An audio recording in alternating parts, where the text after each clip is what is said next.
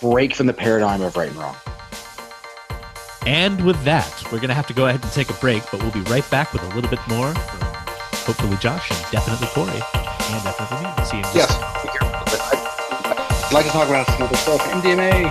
All right. We'll be right back, folks.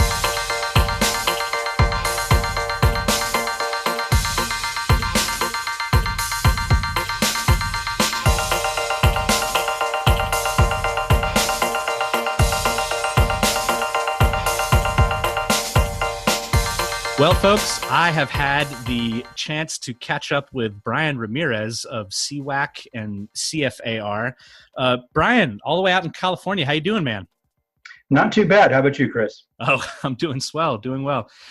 So here at a Progressive Rampage program, we like to interview people who are deeply involved but are still regular folks. Like I can safely bet that activism is not your main source of income.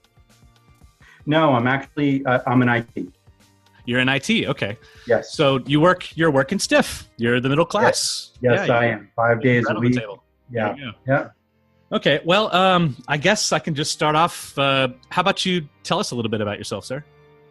Sure, no problem. Okay, I'm 46 years old. I live here in Southern California. I was in the Navy for 10 years, so I'm a veteran.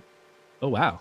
I joined back in 2001 in February, so actually before September the 11th. And my first time on a ship was actually September the 11th. We just finished getting all of our gear stowed for a training exercise we were going to do aboard the John F. Kennedy. And we were told to stop what we were doing and turn on our closed circuit TV system to watch what was going on CNN. Oh my goodness. Yeah. Actually, our own Josh Cameron deployed or signed up just before 9/11 and then ended up deployed as well. Yeah. That's wild. So that was an experience. So I did 2 deployments to the Persian Gulf on aircraft carriers, and I did one more with a construction battalion to, I think it was to Spain. Spain was my last deployment, which was actually pretty nice, to be honest. Boy, who wouldn't want to go to Spain, right? Yeah, it was nice. That's cool. Well, so you're out in California. You work in IT. You're a veteran. I have to say, I've now interviewed Kelley Lane already, and you work pretty closely with her. How did you two end up connecting? Well, I got involved in an online chat, and that's where we ended up meeting. Okay. Basically, it was one of the situations where you've got a bunch of people that just, almost every night sit there and just talk about issues and news and that kind of stuff. And that's essentially how we met. And it was a very progressive type of group of people. And mainly we were really just upset that Bernie had lost. So we mainly were venting on almost a nightly basis. So yeah, it was nice. It was a good place to kind of meet and develop different kinds of strategies. It was interesting. Right. So kind of like a what do we do now support group. Okay. So to speak. We all need those. Yeah. And then you guys are both hosts of Speakeasy, the show that shows every Saturday, and then also little specials here and there. You guys just had one last night, right? Yes, we did. Yeah, and that's on Kelley Lane's channel. That's on Kelley Lane's channel. Okay. Anyway, so then I'd already spoken with Kelley extensively on what CFAR was all about and what CWAC was about. Are you pretty much in the same vein as her as far as how you feel about those organizations that pretty much as long as they stay grassroots and don't collect money from anybody big, that they'll probably stay honest? I mean, that's pretty much the conclusion I drew from talking with her. I have to completely agree with that. I think that's a big mistake right now, is to let any kind of movement that starts out very honest and with grassroots support, and then allow it to get co-opted by money, particularly corporate interests, or just you don't want to turn it into something where the moneyed interests are able to pull the focus of the organization away from what it was originally meant to do. And we've seen that happen so many times. It's. I see. Yeah, So true. they kind of redirect the goal to be more fundraising oriented, and maybe even focusing too much on the gimmick behind fundraising rather than the actual cause that it was designed to attack, right? Exactly. Yes, yeah, I hear you. Not only doing the Progressive Rampage, but also working for Our Voice Right. USA. We definitely encountered that more than once with different volunteers coming in and revealing their true nature a little bit further down the line. So, Oh yeah. you gotta stay vigilant out there, and You really sometimes you make friends, and those friends will become, well, I don't want to say enemies, but certainly someone who's counterproductive to your movement. So, Well, the problem is that as we've come to, I mean, just watching the politics, whenever money interests get involved, those interests tend to be opposed to the interests of and will of the people, and it's just it ends up basically destroying the very thing that you'd set out to do, and it's very counterproductive. I hear you. Yeah, with corporations being considered, what is it written from the early 1900s? Unnatural persons. So they're literally Right. psychopaths. Like, so you let them in, and what do you think would happen if you went to a local, like an insane asylum, right? If any of those actually exist out there anymore, and you just said hire a psychopath and said, here, you take charge. You know, I mean, what do you expect to happen? It's going to fall apart. You would end up very much in the same place. Yeah, or say you deregulated your energy grid and let psychopaths run it. Same situation. And see, I also had an opportunity to study economics in Germany. Uh-huh. I actually went there in 2015 to work on a master's degree. And unfortunately, my funding got cut and I ended up having to come home. But one of the things I learned while I was there that they really don't stress here when you take business courses or economics courses in the US is the real difference between a capitalist economic system and more of a socialistic economic system. And that is simply this, that it's a real difference of mentality. A capitalistic system is meant to and designed to appeal to the individual's needs and individual wants. Yeah.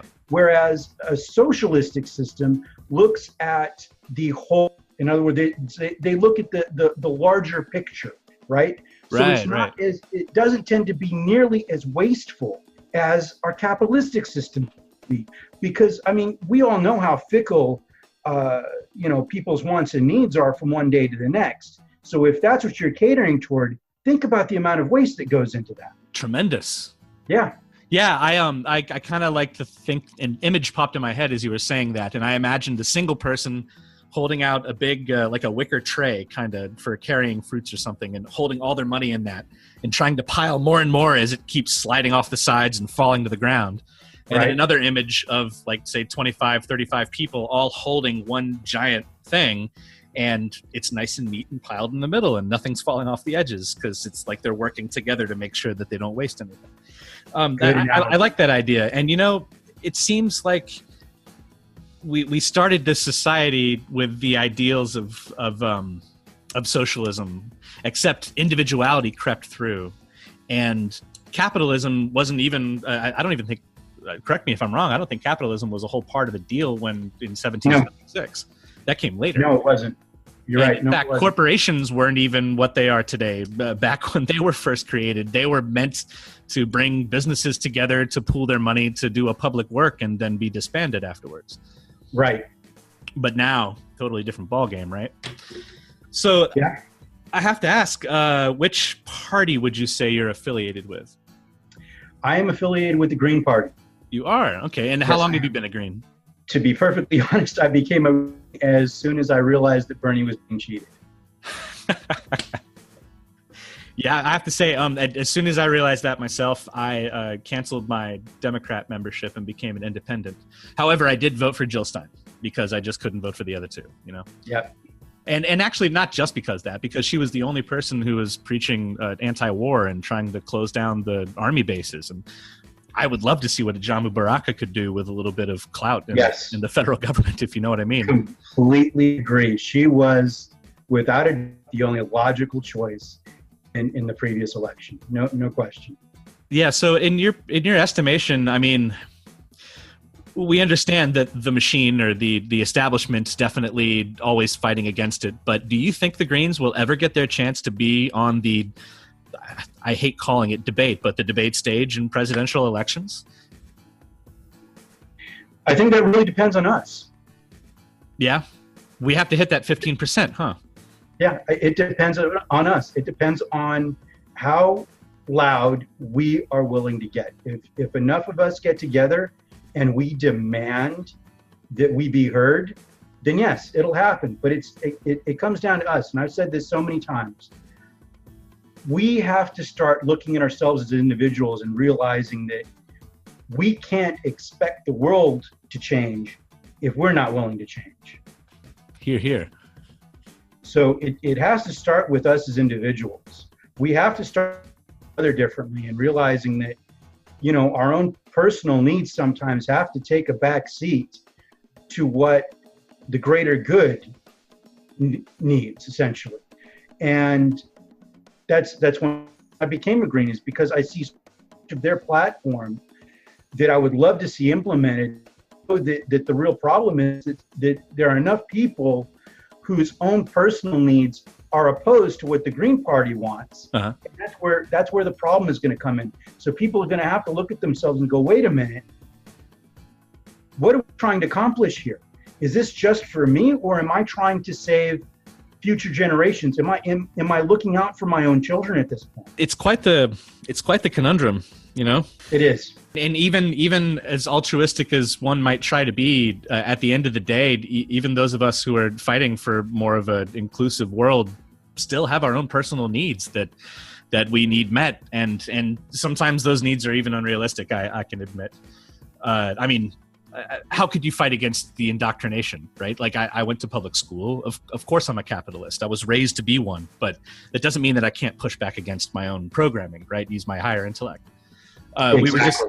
But speaking of higher intellect, during the episode tonight, we were talking about MDMA and its effects on PTSD for veterans who come back who've seen too many horrors and their brains are kind of stuck in the fight or flight mode. And yes, it dawns on me that not related to helping them out, but as far as the stuck in fight or flight mode, it just kept ringing in my head. And all I could think about was what the media seems to be doing to voters, especially those who claim to be part of resistance or those who are part of the MAGA movement or whatever the hell Trump people call themselves now. Right. And it's like they're trying to get them stuck in that triggered mode, stuck in their fight or flight. And if they do that, that means that we could have like a nation with at least half of us in some form of PTSD. What do you make of that? Do you think it's an effort to get even more people to not vote, or even more people to just fight over stuff and never make any progress?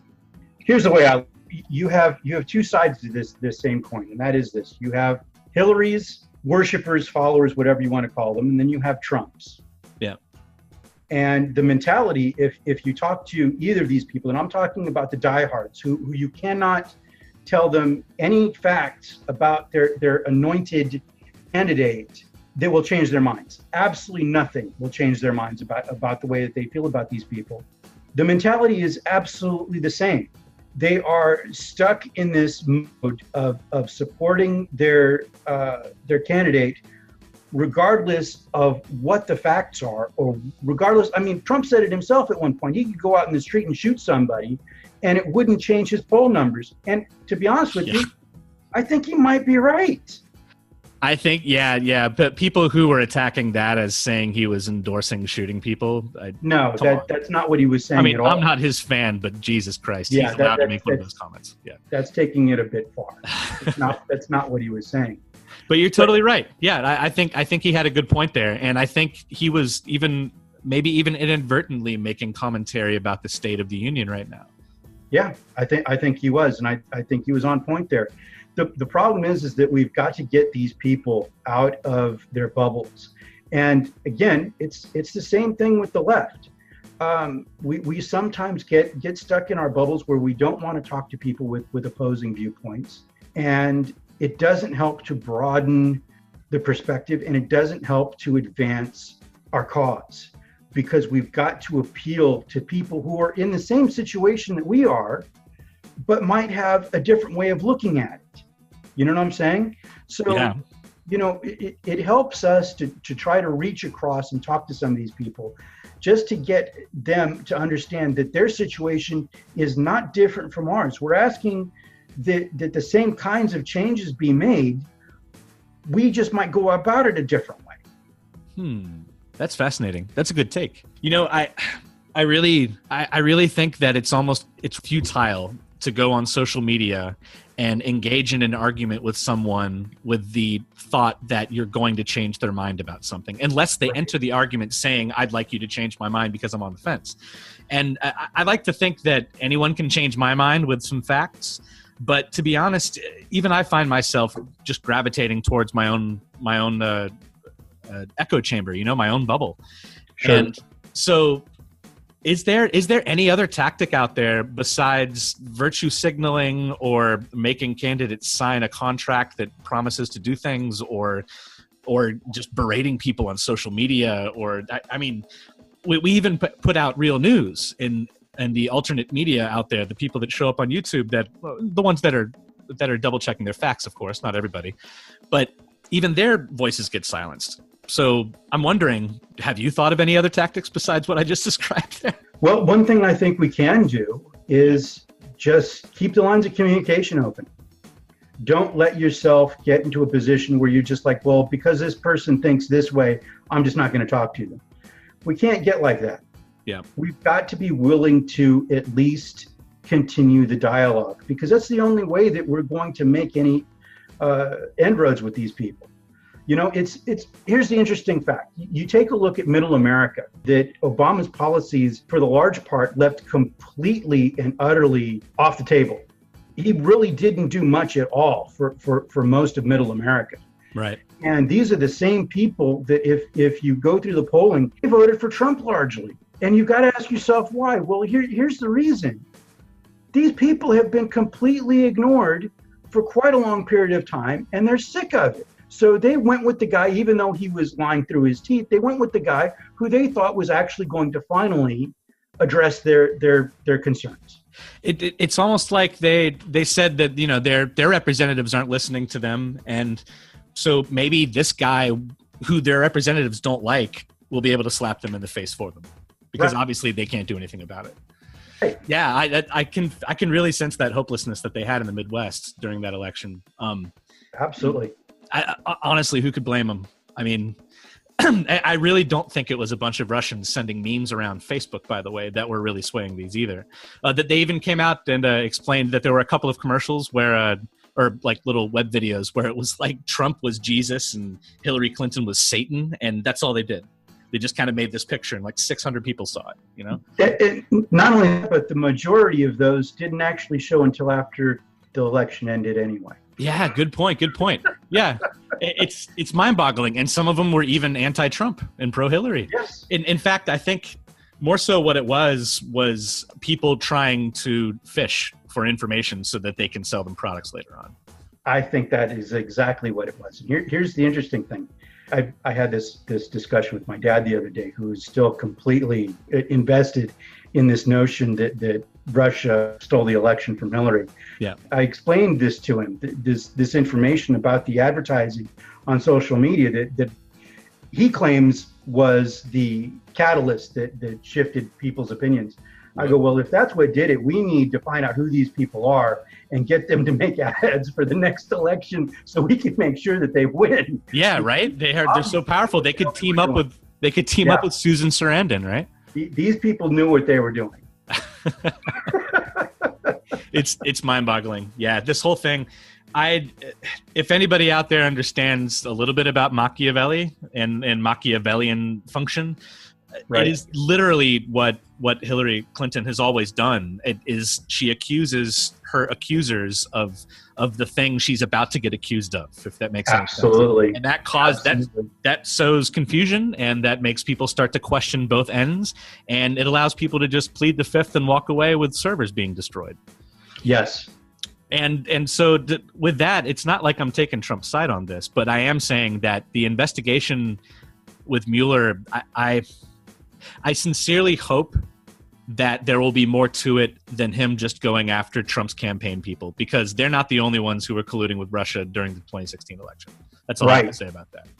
And another point that I made to my dad is this: if we're to take a look at who it was that cost Hillary the election, then why is nobody looking at James Comey?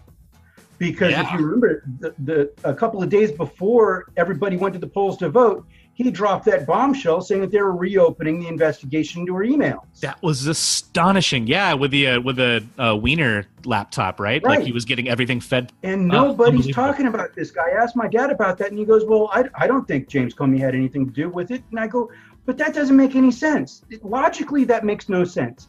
Because if anybody is responsible for tanking her campaign, other than herself, of course, it would be James Comey.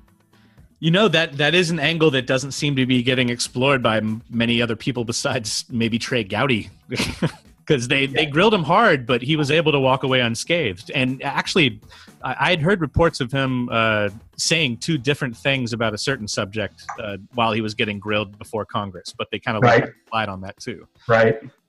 Speaking about what was classified and what wasn't. But yeah, exactly. Yeah. Well, on a lighter note, who do you think's going to win the 2020 election? Are there any combinations that the DNC has thrown your way so far that you think are going to be able to topple a Trump-Biden second term? Or sorry, not Trump-Biden. Listen to me. Well, what's the difference, right? A Trump-Pence second term? Very nice. Very nice. Good Freudian slip there. Look, with this upcoming election, there's a lot that can take place between now and then. I'm still, as a member of the Green Party, I'm still behind Jill, and whatever, she decides to do, I'm going to do whatever I can to make sure that she gets as much coverage as possible. I mean, even if that means that I've got to go on my own channel every night and talk about her, because this is important to me. I think she's still the best voice that we have. I will say this, though. There's one other person I'm watching, and he's not getting any coverage at all. Andrew Yang. I haven't heard that name before. I guess that proves your point. He's running as a Democrat, and he actually started his campaign back in November, and he's getting absolutely no coverage. What state is Andrew Yang out of? If I'm not mistaken, I think he's out of Ohio. Okay. But he has been, he is supposed to be in Iowa, I think, this coming week. Okay. Is he a progressive Democrat? Is he kind of a democratic socialist? Or I would consider him a Bernie 2.0. Yeah? Wow. Yeah. Okay, that's pretty big words there. From what I've seen of him, from what I've heard, and just the way he responds to questions, to me, I get the feeling that he might actually be a Bernie 2.0. Well, that's fantastic. Have you guys at CWAC or CFAR tried to get after him, see if he'll maybe sign something, put his money where his mouth is? Not yet. I actually myself have just started paying attention to the guy, because I just heard about him myself. I was quite surprised that I hadn't heard of him either. So I know myself will be looking to get in touch with him and see what we can do to reach out to his campaign.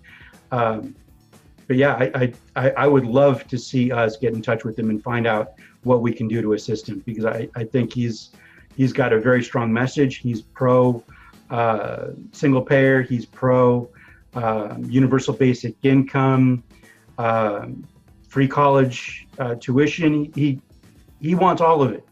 He's environmentally conscious. He is essentially, from the way I'm seeing him, a Bernie 2.0. Well, folks, you heard it here first. Every now and then there's sparkly stuff under a rock that we didn't even expect, and every now and then that sparkly stuff is not fool's gold. So we should keep our eyes open on this guy. Maybe I think so. The network. So I'm curious, have you always voted since you were 18, or was there a point in time when you might have not been so engaged? I wasn't very politically active, to be honest, until I'd say after I got out of the Navy. Yeah. And that's when because, as a young man, I didn't really pay much attention to it. I did tend to vote Democrat, but I really didn't pay much attention to the candidates themselves. I do believe that my first vote was for Bill Clinton, unfortunately. But it wasn't, like I said, it wasn't until after I got out of the Navy that I started to realize that something was seriously wrong. Yeah. And I've been reading, I've read some of Noam Chomsky when I was in the Navy, and it started to basically make me aware of just what this country has done and what it can represent. I think there's a lot of potential in this country, in the way that it was founded, in the way that it was constructed, and that we're squandering. Yeah, I can agree with you on that one. And this is what made me decide that I needed to get involved in politics, particularly after coming back from Germany and kind of learning the real differences between a capitalistic and a socialistic system and what they can, what each one has to offer. For instance, when I was there in Germany, I had I think I developed a rash on my knee. Uh-huh. Actually just under my shin, and I didn't know what it was. So I went to the local hospital there to have it looked at. Yeah. And it cost me, and I'm not kidding, it cost me $5 for them to look at it and put some ointment on it, and it went away in like a couple of days. Only $5. I wonder what it would have cost in the States. I would assume it would have been probably upwards of 100 or more, particularly if I didn't have insurance. Yeah, right. I mean, it was a thing. It turned out to be just a reaction that my skin was having with the I was using. But right. I mean, it could have been worse. And then where would I have been? Particularly if I was still here in the States, it would have been really bad. Yeah. And if you'd had a hospital stay, then that's when it starts cranking the bill. And the thing is, what occurred to me is, okay, well, look at the number of car accidents we have every year. How many of those people have insurance and how many don't? And then how many lives are completely and utterly ruined simply from a car accident? Yeah, it's the what do they call the 1%? They call some of us the precarious class, the precariat. Right. Teetering on the edge, only maybe $1,000 or less in the bank. Right. Having minimum catastrophic insurance, so you're covered as long as you're just about to die. Right. Yeah. No. I've been through hospitalization before for having hives, and it certainly, if I hadn't had insurance, it would have broke me completely. And in fact, it put me towards almost check to check level, just having to pay the copay. Jeez. Yeah, and it was a rash. Yeah, same kind of thing. Yeah. Mm-hmm. And ultimately, they decided they didn't know what the hell it was. They're like, "Here, take these pills until it goes away."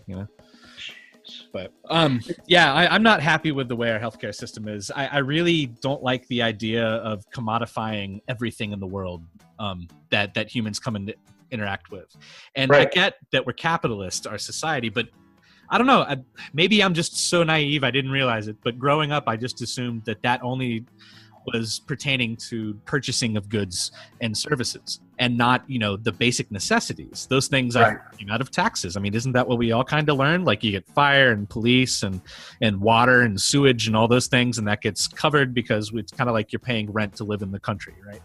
But right. then it comes to healthcare, and all of a sudden you're just a debt slave for the rest of your life. That's not the American dream in my book.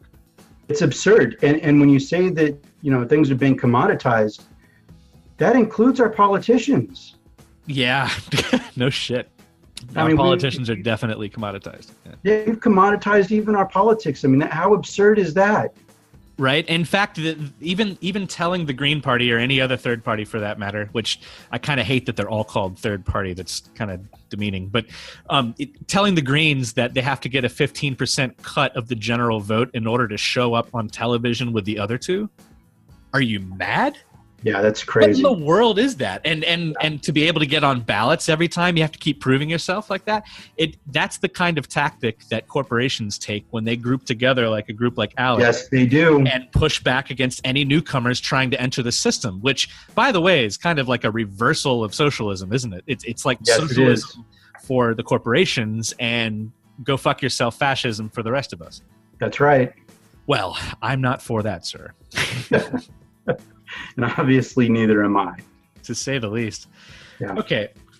Is there anything else you can tell us about Speakeasy? Like, have you had any interesting guests on that show? Have you been able to have anyone on the show and actually change their mind about something? That's a good question. I don't think we go into it with that mentality or with that goal in mind. Okay. Because really what we're just trying to do is get people talking. Because you may not necessarily change anyone's mind right then and there while the show is taking place, but if you leave them with enough food for thought, they might go away and think about it later and go, wait a minute, that point he made actually makes some sense, and I should probably put a little more thought into this. That's really what we're trying to do. We're just trying to get people to think a little bit more about their situations, and not only that, but also think about other people's situations. Because we don't know what we're going to be dealing with from one day to the next. Yeah, that's really great. I'm a big fan of the show. I tune in all the time. I know you guys have asked me to come on a couple of different times and I've shut it down, but life is hectic. Totally understand. The door stays open. But of course. Okay, well, we're getting to a close of the interview portion of the podcast, and as I have started a tradition with Mr. Corey Henderson, I am going to continue that with you, and we are going to go into the lightning round. And now the lightning round, I'm going to ask you a series of 10 questions. 3 of them I'm going to have to make up because I'm lazy this week. And they're either going to be true or false, one thing or another, or maybe a little bit of a short essay, but you don't have to go into too much depth. But I want your immediate answer. I want as fast as you can possibly go, okay? Gotcha. All right, so everybody ready? All set. Lightning round. Start! Lightning round. Lightning round. Lightning! What is your favorite color? Green. Of course. Yes or no, should California break up into 3 states? No. Okay. True or false, the Russia probe is a worthwhile endeavor? False. Is Trump the root cause of the U.S. becoming more fascist, or is he a symptom? Symptom. Okay. Batman or Superman? Superman. Superman. All right. What is your current favorite band or music genre? Rage Against the Machine. Yes. Gotta love the rage. Yes. If Facebook reorganized as a user co-op, where the users actually get to profit from its sales of advertising space, would you join in? I think I would. Yeah, absolutely. Yeah, democratizing Facebook in that way would definitely be a plus. Do you think that a second internet needs to be developed by IT professionals that can then democratize social media and keep itself free from corporate interaction? It's not a bad idea. Okay, and last but not least, if you could be any type of tree, what type of tree would you be and why? I think I would be an oak tree just so that I could live long enough to basically watch how everything turns out. I think that would be interesting.